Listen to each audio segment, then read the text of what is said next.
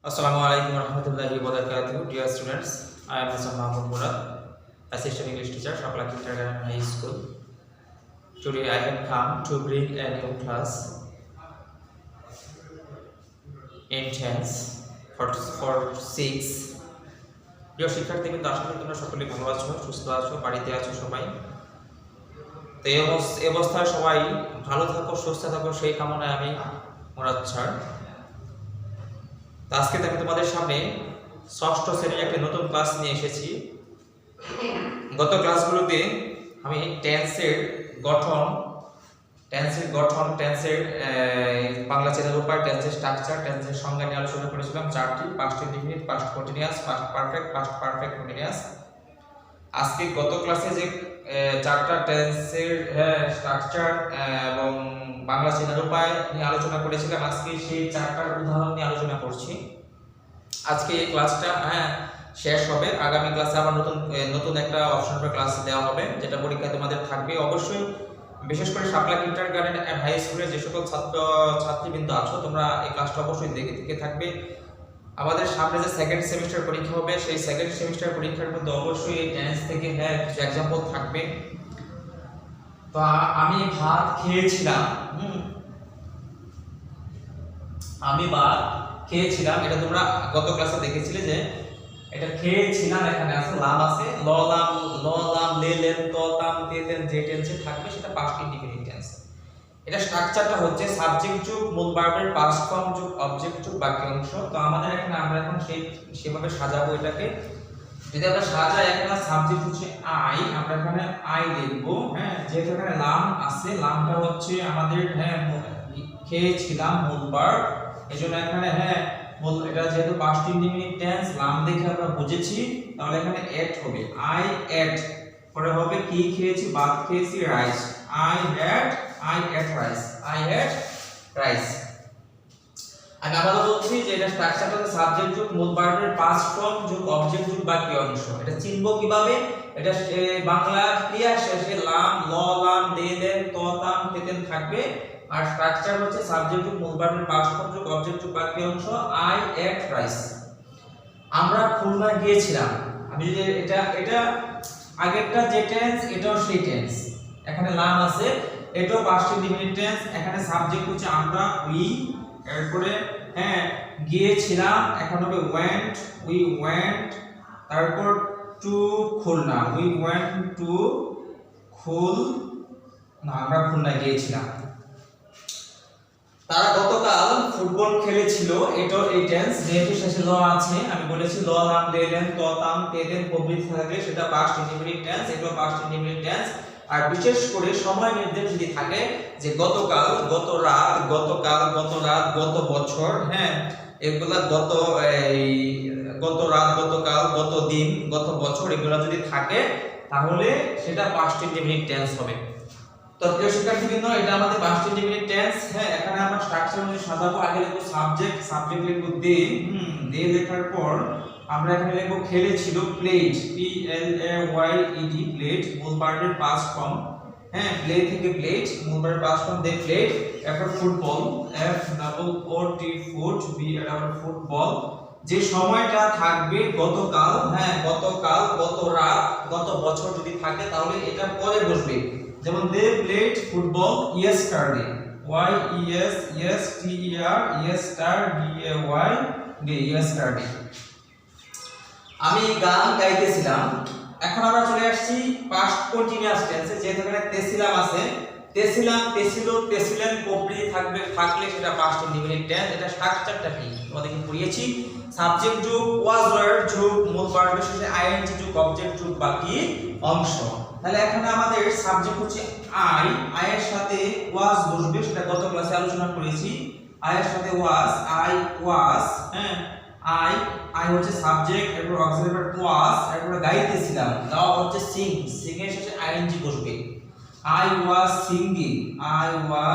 Singing, পরে হবে object song, আমি গান গাইতেছিলাম। প্রিয় শিক্ষার্থীবৃন্দ, আশা করি বুঝতে পারছো যে আই বসালাম, ওয়াজ বসালাম, যেহেতু এটা আমাদের পাস্ট কন্টিনিউয়াস টেন্স। স্ট্রাকচার হচ্ছে সাবজেক্ট ওয়াজ ওয়ার মূল ভার্বের শেষে আইএনজি যুক্ত অবজেক্ট। তো আমরা সাবজেক্ট বসালাম, ওয়াজ বসালাম, যেহেতু ফার্স্ট পারসন, আই এর পরে ওয়াজ বসে, এরপরে হচ্ছে সিঙ্গিং সং, তিনি বই পড়তেছিল। এখানে এটাও এটাও পাস্ট কন্টিনিউয়াস টেন্স, এটাও পাস্ট কন্টিনিউয়াস টেন্স। তিনি এখানে হবে হির পরে ওয়াজ বসবে, হি ওয়াজ। এটা যেহেতু থার্ড পারসন সিঙ্গুলার নাম্বারের পরে ওয়াজ বসে, ফার্স্ট পারসন সিঙ্গুলার নাম্বারের পরে ওয়াজ বসে, তাহলে হি ওয়াজ পরে হচ্ছে পড়তেছিল রিডিং, হি ওয়াজ রিডিং পরে হবে বুক, সে বই পড়তেছিল। কি পড়তেছিল? বই হচ্ছে অবজেক্ট, তাহলে হি সাবজেক্ট, ওয়াজ হচ্ছে অক্সিলারি ভার্ব, রিডিং মূল ভার্বের শেষে আইএনজি, বুক হচ্ছে অবজেক্ট। এই হচ্ছে এই টেন্সের স্ট্রাকচার এবং উদাহরণ। প্রিয় শিক্ষার্থী, কিন্তু আমরা আরেকটা উদাহরণ এখানে লিখেছি, আমরা সাঁতার কাটতেছিলাম, এটাও পাস্ট কন্টিনিউয়াস টেন্সের মধ্যে পড়েছে, যেহেতু ছিলাম আছে। ছিলাম ছিলেন প্রবৃত্তি থাকলে সেটা হবে তেছিলেন প্রবৃত্তি থাকলে সেটা হবে পাস্ট কন্টিনিউয়াস টেন্স। আমরা এখানে সাবজেক্ট লিখবো উই লেখার পর এটা যেহেতু প্লুরাল তাহলে এখানে ওয়্যার বসবে, উই ওয়্যার। উইটা যেহেতু প্লুরাল তাহলে এখানে ওয়্যার বসবে, উই ওয়্যার। পরে কাটতেছিলাম, সাঁতার কাটতেছিলাম, সাঁতার কাটা হচ্ছে সুইমিং, SWIMING, সুইমিং। তাহলে উই ওয়্যার সুইমিং, আমরা সাঁতার কাটতেছিলাম। আর এখানে যদি হতো আমরা নদীতে সাঁতার কাটতেছিলাম, তাহলে আমরা এখানে লিখতে পারতাম we were swimming in the river. আমরা নদীতে সাঁতার কাটতেছিলাম, এটা হচ্ছে পাস্ট কন্টিনিউয়াস টেন্স। আমি বিদ্যালয়ে পৌঁছার পূর্বে ঘন্টা বাজলো, পাস্ট পারফেক্ট টেন্স। আমি বিদ্যালয়ে পৌঁছার পূর্বে ঘন্টা বাজলো, পাস্ট পারফেক্ট টেন্সের সংজ্ঞাটা আমি তোমাদের গত ক্লাসে পড়িয়েছিলাম, যে কাজটা অতীতকালে সংঘটিত দুটি কাজের মধ্যে যে কাজটা অপেক্ষাকৃত পূর্বে সংঘটিত হবে সেটি পাস্ট পারফেক্ট, এবং যেটি অপেক্ষাকৃত পরে সংঘটিত হবে সেটি পাস্ট ইন্ডিফিনিট। আমাদের এখানে ঘন্টা বাজলো এই কাজটা আগে ঘটছে, কেন? আমি বিদ্যালয়ে পৌঁছার পূর্বে, আমি বিদ্যালয়ে পৌঁছা নাই, ঘন্টা বেজে গেছে, কাজটা আগে ঘটছে, তাহলে এখানে হবে দা বেল পরে হবে হ্যাড। যেহেতু এটা হচ্ছে পাস্ট পারফেক্ট, এটা হচ্ছে পাস্ট ইনডিফিনিট, তাহলে আমরা এটাকে পাস্ট পারফেক্ট করব। The bell had run, RUNG run. Subject যোগ হ্যাড যোগ মূল ভার্ব পাস্ট পার্টিসিপল ফ্রম হবে, এটা হচ্ছে পাস্ট পারফেক্ট টেন্সের স্ট্রাকচার। এখানে বিফোরের পূর্বের জন্য হবে বিফোর, BEFORE, বিফোর। এরপর এটা হবে পাস্ট ইনডিফিনিট, আমি বিদ্যালয়ে পৌঁছার পূর্বে, তাহলে I reached school, REACHED reach, I reached, এরপর হচ্ছে স্কুল। আমরা একটা উদাহরণ লিখেছি, ডাক্তার আসার পূর্বে রোগী মারা গেল। ঠিক, এটা পাস্ট পারফেক্ট টেন্স, রোগী আগে মারা গেছে, ডাক্তার আসার পূর্বে, ডাক্তার যখন আসে না, রোগী মারা গেছে, তাহলে রোগী আগে মারা গেল, যাওয়ার পর এটা হচ্ছে যে কাজটা আগে ঘটেছে সেটা পাস্ট পারফেক্ট, যেটা পরে ঘটেছে সেটা পাস্ট ইনডিফিনিট। তাহলে আমরা এখানে রোগী মারা গেল, the patient, the PATIENT, the patient had, DIED, the patient had died before, BEFORE, before। যেহেতু এখানে বলেছি গত ক্লাসটাতে বলেছি যে কাজটা আগে ঘটবে সেটা পাস্ট পারফেক্ট, যেটা পরে ঘটবে সেটা পাস্ট ইনডিফিনিট। তো এই পূর্বের জন্য বিফোর বসাইতে হবে, এরপরে বসবে পাস্ট ইনডিফিনিট। পাস্ট পারফেক্টটা আগে বসবে, পাস্ট পারফেক্টের যে সেন্টেন্সটা সেটা আগে বসবে, আর পাস্ট ইনডিফিনিটের যে সেন্টেন্সটা সেটা পরে বসবে। তাহলে ডাক্তার আসার পূর্বে, তাহলে দা ডক্টর কেম,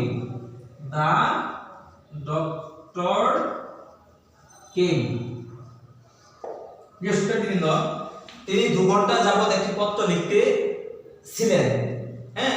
মনের সকাল হইতে বই পড়তেছিলেন। দুইটা টেন্সই হচ্ছে সময়ের উল্লেখ আছে, এবং এখানে তেছিলেন একটা হচ্ছে তেছিলো আছে।